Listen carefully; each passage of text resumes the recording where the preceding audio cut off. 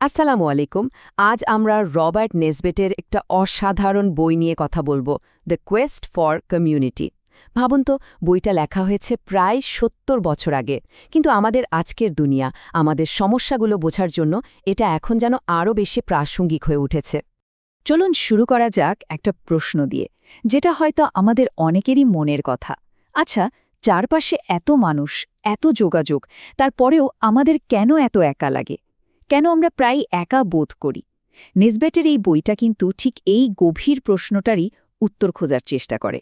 নিসবেট এই অনুভূতিটার একটা নামও দিয়েছেন, বিচ্ছিন্নতা বা অ্যালিয়েনেশন।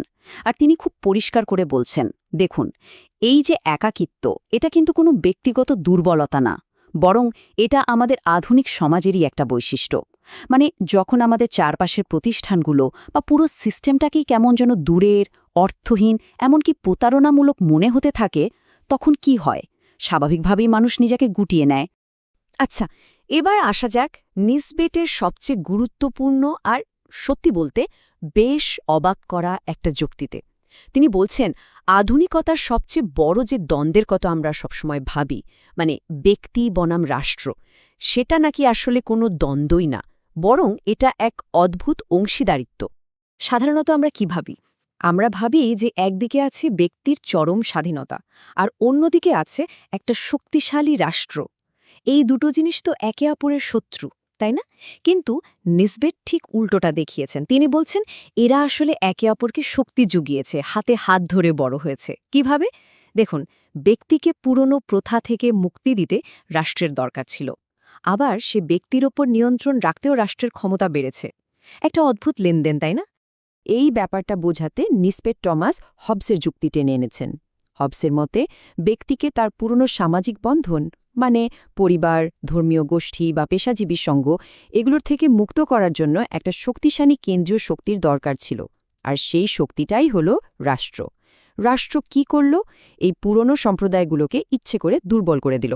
ফলাফল, ব্যক্তি একদম একা হয়ে পড়ল, আর তার সামনে রইল শুধু বিশাল এক রাষ্ট্র। কিন্তু এই যে একটা অংশীদারিত্ব গড়ে উঠল, এর জন্য কিন্তু একটা বিশাল মূল্য দিতে হয়েছে। ব্যক্তি আর রাষ্ট্র, এ দুয়ের শক্তিশালী হওয়ার প্রক্রিয়ায় মাঝখানের খুব জরুরি কিছু একটা হারিয়ে গেছে। কি সেটা? হারিয়ে গিয়েছিল সেই গুরুত্বপূর্ণ মধ্যবর্তী সংগঠনগুলো। এখন প্রশ্ন হলো, এই মধ্যম স্তরটা আসলে কি? এগুলো হলো আমাদের জীবনের ছোট ছোট মানবিক পরিসরের গোষ্ঠীগুলো। যেমন ধরুন, আমাদের পরিবার, আত্মীয় স্বজনের গণ্ডি, আমাদের পাড়া মহল্লা, পেশাজীবী সংগঠন বা বিভিন্ন ধর্মীয় সম্প্রদায়। এই জায়গাগুলোই কিন্তু মানুষকে একটা নিরাপত্তা দিত, একটা পরিচয় দিত, একাত্মতার অনুভূতি দিত। একটা সময় ছিল যখন জীবনের ছোট বড় প্রায় সব সিদ্ধান্তই কিন্তু এই সম্প্রদায়গুলোকে ঘিরেই নেওয়া হতো। আর এই মধ্যবর্তী প্রতিষ্ঠানগুলো কিন্তু একদিনে দুর্বল হয়ে যায়নি। এটা শতাব্দীর পর শতাব্দী ধরে ঘটেছে। যেমন ধরুন, মধ্যযুগে সমাজটাই ছিল আসলে অনেকগুলো সম্প্রদায়ের একটা সম্প্রদায়। ক্ষমতা ছড়ানো ছিটানো ছিল। এরপর এলো ধর্মসংস্কার আর জ্ঞানালোকের যুগ। তখন কেন্দ্রীভূত রাষ্ট্র এগুলোকে অযৌক্তিক আর স্বৈরাচারী বলে আক্রমণ করা শুরু করল। ১৯ শতকে এসে অবাধ বাণিজ্য আর ব্যক্তি স্বাতন্ত্র্যবাদ সমাজকে আরও টুকরো টুকরো করে ফেলল। আর ২০ শতকে এসে কি দাঁড়ালো? বিচ্ছিন্ন একাকী ব্যক্তি বিশাল এক রাষ্ট্রের সামনে একা দাঁড়িয়ে আছে। তো এই যে একটা সামাজিক শূন্যতা তৈরি হলো, এর পরিণতিটা কি? দেখুন, মানুষের মধ্যে একসাথে থাকা, একটা সম্প্রদায়ের অংশ হওয়ার চাহিদা কিন্তু কখনোই শেষ হয়ে যায় না। এটা আমাদের স্বভাবের মধ্যেই আছে। তাই যখন স্বাভাবিক জায়গাগুলো খালি হয়ে যায়, তখন সেই শূন্যতা পূরণের জন্য মানুষ অন্য কিছুর দিকে ঝোঁকে। আর সেটাই প্রায়শই হয়ে ওঠে খুব বিপজ্জনক। এইখানেই নেসবেটের মূল কথাটা। মানুষ স্বভাবগতভাবেই একটা সামাজিক জীব। তার ভেতর থেকে সম্প্রদায়ের এই চাহিদাটা আপনি কখনোই মুছে ফেলতে পারবেন না। তো যখন পরিবার, পাড়া বা স্থানীয় গোষ্ঠীর মতো স্বাভাবিক অর্গ্যানিক বন্ধনগুলো দুর্বল হয়ে পড়ে, তখন মানুষ ডেসপারেটলি অন্য কোথাও একটা একাত্মতা খোঁজে, আর এই সুযোগটাই নেয় কিছু বিপজ্জনক শক্তি। আর নিসবেট এখানে একটা ভয়ঙ্কর সংযোগ আমাদের চোখের সামনে তুলে ধরেন। তিনি বলছেন, বিংশ শতাব্দীর যে সর্বগ্রাসী শাসন বা টোটালিটারিয়ানিজম, সেটার সাফল্যকে ব্যাখ্যাই করা যেত না যদি না অসংখ্য মানুষ তাদের স্বাভাবিক সম্প্রদায়গুলো হারিয়ে ফেলত। মানে এই শাসন ব্যবস্থাগুলো আসলে ওই বিচ্ছিন্ন শিকড়হীন মানুষদের কাছেই এক ধরনের কৃত্রিম কিন্তু খুবই শক্তিশালী একাত্মতার লোভ দেখিয়েছিল আর সেই ফাঁকা জায়গাটা পূরণ করেছিল।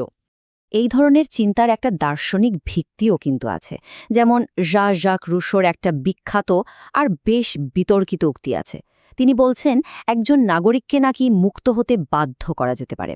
ভাবা যায়, তার মতে আসল স্বাধীনতা মানে নিজের যা খুশি তাই করা নয়, বরং রাষ্ট্রের যে সাধারণ ইচ্ছা তার কাছে নিজেকে পুরোপুরি সঁপে দেওয়া। এই দর্শনটা কিন্তু রাজনীতিকে একটা আধ্যাত্মিক রূপ দিয়ে ফেলে। রাষ্ট্র তখন আর শুধু একটা প্রশাসনিক কাঠামো থাকে না, এটা একটা গির্জা বা মন্দিরের মতো হয়ে ওঠে, যেটা কিনা ব্যক্তিকে সমাজের সব বিশৃঙ্খলা থেকে বাঁচানোর প্রতিশ্রুতি দেয়। আর এর ফলাফল কি হয়? জীবনের প্রত্যেকটা ক্ষেত্রে রাষ্ট্রের নিয়ন্ত্রণকে তখন আর বোঝা মনে হয় না, বরং স্বাভাবিক, এমনকি আকাঙ্ক্ষিত বলেও মনে হতে থাকে। তাহলে প্রশ্ন হল, এই যে একদিকে বিচ্ছিন্ন ব্যক্তি স্বাতন্ত্র্য আর অন্যদিকে সর্বশক্তিমান রাষ্ট্র, এই দুয়ের ফাঁদ থেকে বেরোনোর উপায়টা কি? নেসবেট কিন্তু এখানে শুধু সমস্যা দেখিয়েই থেমে যাননি, তিনি একটা সমাধানের পথও বাতলে দিয়েছেন। নিসবেটের প্রস্তাবটা কিন্তু ব্যক্তিকে সরাসরি রাষ্ট্রের বিরুদ্ধে দাঁড় করিয়ে দেওয়া নয়, বরং তিনি সম্পূর্ণ ভিন্ন এক নীতির কথা বলছেন। তিনি বলছেন এমন একটা পরিবেশ তৈরি করতে হবে যেখানে রাষ্ট্র নিজে থেকেই একটু সরে দাঁড়াবে আর ছোট ছোট স্বায়ত্তশাসিত গোষ্ঠীগুলোকে নিজেদের মতো করে বিকশিত হওয়ার সুযোগ করে দেবে। মানে রাষ্ট্রের কাজ হবে সেই পরিবেশটা তৈরি করা, সবকিছু নিয়ন্ত্রণ করা নয়। নিসবেটের মতে স্বাধীনতার আসল উৎস কোনো বড় বড় তত্ত্ব বা বিমূর্ত ধারণা নয়। স্বাধীনতার আসল উৎস হল আমাদের চারপাশের এই বাস্তব সম্প্রদায়গুলো, আমাদের পরিবার, আমাদের পাড়া মহল্লা, আমাদের ধর্মীয় গোষ্ঠী, বিভিন্ন সামাজিক বা নাগরিক সংগঠন।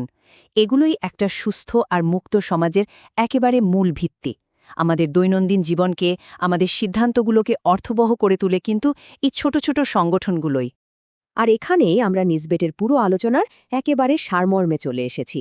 কথাটা খুব সহজ কিন্তু প্রচণ্ড শক্তিশালী, আর তা হল আপনি শুধু ব্যক্তির স্বাধীনতার কথা বলে রাষ্ট্রের এই অপ্রতিরোধ ক্ষমতা বৃদ্ধিকে আটকাতে পারবেন না।